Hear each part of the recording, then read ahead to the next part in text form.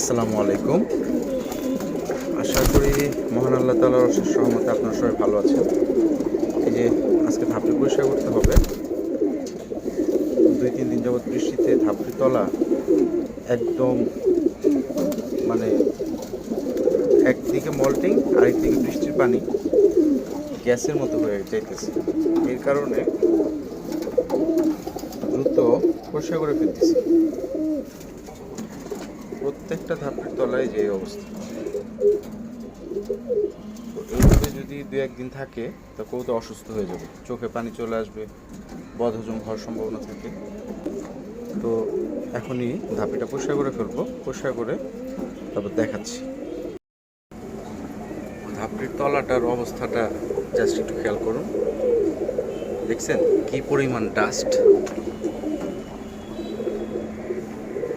একদম। এক্ষুনি পরিষ্কার করে ফেলতেছি, তারপর দেখাচ্ছি। এই যে এখন দেখেন একদম পরিষ্কার করে ফেলছি। একবারে পরিষ্কার করে ফেললেই হবে না, ধরুন অনেকে ঝাড়ু দিয়ে পরিষ্কার করে, তো বৃষ্টির সময় বৃষ্টিতে যদি ডাস্টগুলো ভিজে যায়, শুধু পরিষ্কার করবেন না, আপনারা অবশ্যই পানি দিয়ে ধুয়ে ফেলবেন।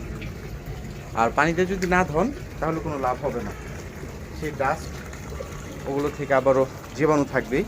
আর অবশ্যই যে কোনো ধরনের অ্যান্টিসেপটিক লিকুইড দিয়ে সবসময় মেঝেটা পরিষ্কার করে দিবেন। এই যে আমি এখন ডেটল ইউজ করতেছি, অন্যান্য সময় দেখা যায় ডেটল, তারপর আপনার ভাইরোসিড, ফার্ম 30 এগুলো দিয়েও আমি পরিষ্কার করি। তো সবসময় চেষ্টা করবেন সাথে একটা অ্যান্টিসেপটিক জাতীয় লিকুইড ইউজ করার। তো আজকে এই পর্যন্তই, সবাই দোয়া করবেন। আসসালামু আলাইকুম।